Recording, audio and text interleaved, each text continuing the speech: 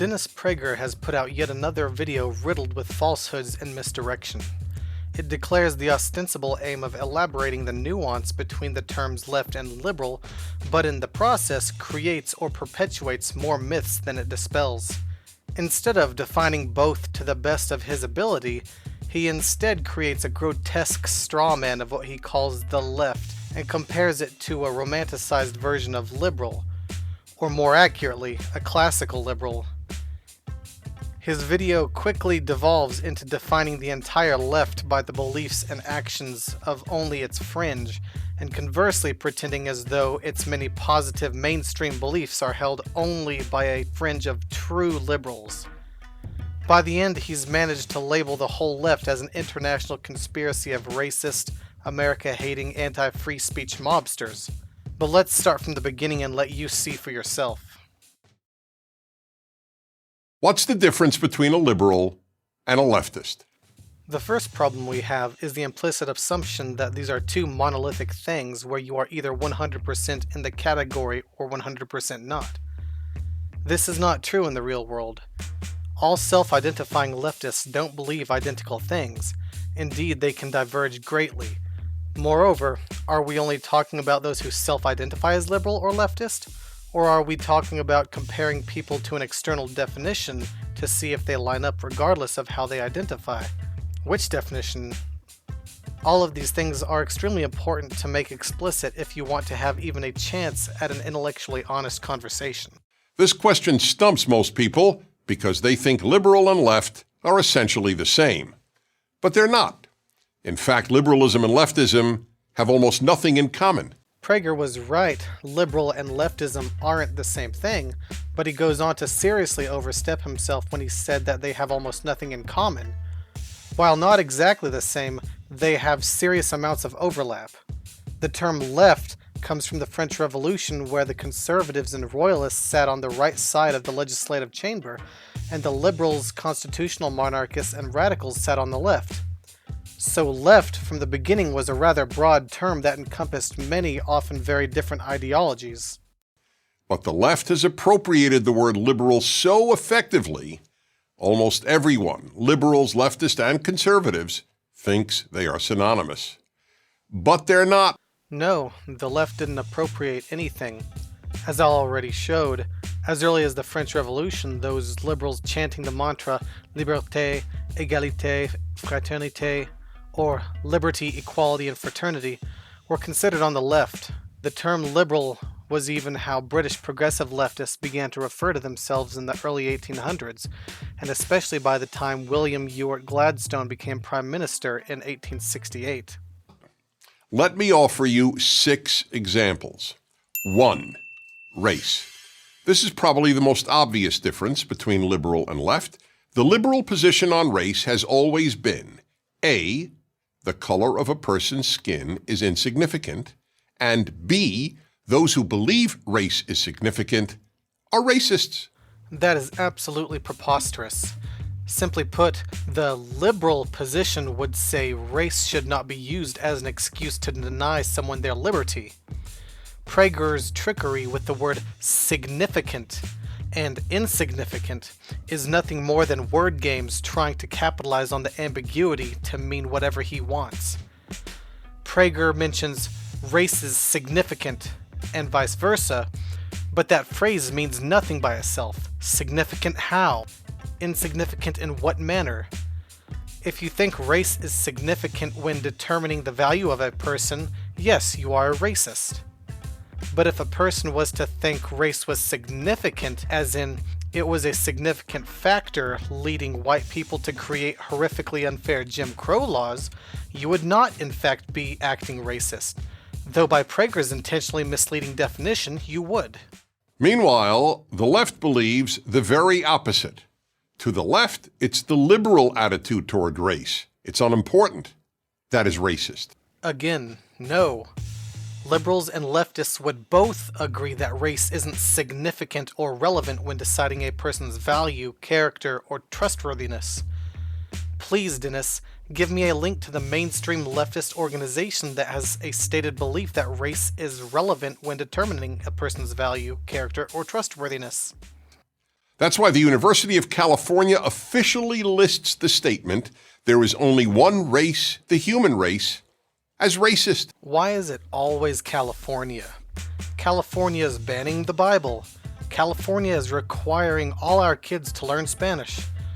California is using forcibly aborted white fetuses to create an army of genetically modified Mexicans that will devour every crucifix in their path and spray a venom that turns people gay. From what I've seen, the university released a list of microaggressions, or phrases they consider subtly racist, and the phrase Prager mentioned was on it. After reading the information from the university, it is pretty clear that they aren't saying that the concept that race shouldn't matter is bad. Rather, they are saying if past or present racism has negatively affected a person, you are being racist by ignoring that effect. For example, racism caused African Americans to disproportionately be impoverished historically, with modern African Americans still feeling the effects of that to some degree. Ignoring the lingering effects by saying, "I don't see color," is a legitimate concern. Prager, however, prefers to ignore all this context and act as though the University of California literally thinks that races are significantly different, rather than that instead the races have been treated significantly different historically, which has led to persisting differences. And liberals have always been passionately committed to racial integration, while the left is increasingly committed to racial segregation, such as all-black dormitories and separate black graduations at universities. Liberals and leftists both support racial integration. Leftist, like I said, is a very broad term. I don't doubt that there are some on the extreme fringe left that may be against desegregation for various reasons, but the vast majority support integration. I'd be curious to see Prager's example, though, since he did not list it. Though I'd be pretty certain it would be as much a misrepresentation as his University of California example. 2. Capitalism. Liberals have always been pro-capitalism because liberals are committed to free enterprise and because they know capitalism is the only way to lift great numbers of people out of poverty. It is true that liberals want government to play a bigger role in the economy than conservatives do. But liberals never opposed capitalism, and they were never for socialism.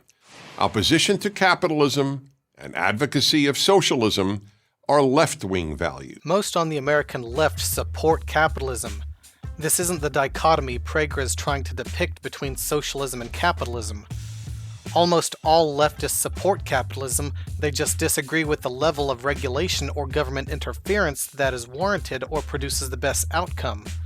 This, as compared with the right, which seemingly considers almost any regulation as too much regulation. Which explains why they so often think anyone left of far right at all is socialist. Extremely few on the left support abolishing private property. They haven't been pushing for the government to seize all means of production, and no mainstream leftist politician is claiming to usher in the dictatorship of the proletariat, not even the people calling themselves the democratic socialists. Government regulation does not equal socialism. Universal health care does not equal socialism. Economic systems centered around governmental or collective ownership of all means of production is socialism. This is what the American Heritage Dictionary defines it as. This is what the Oxford Dictionary defines it as. This is what Wikipedia defines it as. And it is what Merriam-Webster defined it as. It is true, however, that most of the fringe group of people that support abolishing private property and seizing the means of production are on the left, but they are far from representative of the left overall. Almost all racists are on the right wing, but I don't attempt to define the right as represented by the racists. 3. Nationalism. Liberals believe in the nation-state, whether that nation is the United States, Brazil, or France. But because the left divides the world by class rather than by national identity, the left has always opposed nationalism. Again, Prager is playing word games and oversimplifying so profoundly he is far more wrong than right. Nationalism isn't a trait that can be divided cleanly by left and right. Almost every American, left, right, conservative, and progressive, prefer their country and believe they are patriots. The sides just have a different conceptualization of what nationalism is. One of the things that distinguishes rightist nationalism and leftist nationalism is the tendency for the right to see things as a zero-sum game. If you like other countries very much, you don't have enough affection left to allocate to America. You can't admire Germany's prowess as an industrial power because it means you are rooting for the perceived enemy. You are rooting for America's industry to be displaced. This relates to another tendency of the right on nationalism. If you have criticism of anything about America, you hate America. You can't praise the healthcare system of Denmark because that would mean you are criticizing America's healthcare, and criticizing anything about America means you hate America. Many on the right would respond by saying, "Love America or leave," as if those of us trying to improve America by seeing what has worked in other countries are being unpatriotic. They see acknowledging America's imperfections as unpatriotic, though this is limited to criticisms meant to lead to progress or in support of recent progress. Since many on the right identify America historically from the past, they see criticism of things like same-sex marriage legalization as some of the most patriotic things you can say. I'd be risking oversimplifying myself, though, if I didn't point out that there are many on the right, such as free trade and pro-immigration libertarians, that don't fit the overall mold of the right-wing nationalism. Moreover, I will admit there are some on the left that seem to thrive on self-loathing and attacking their own country. These people, however, are wildly outnumbered by their more patriotic leftist counterparts.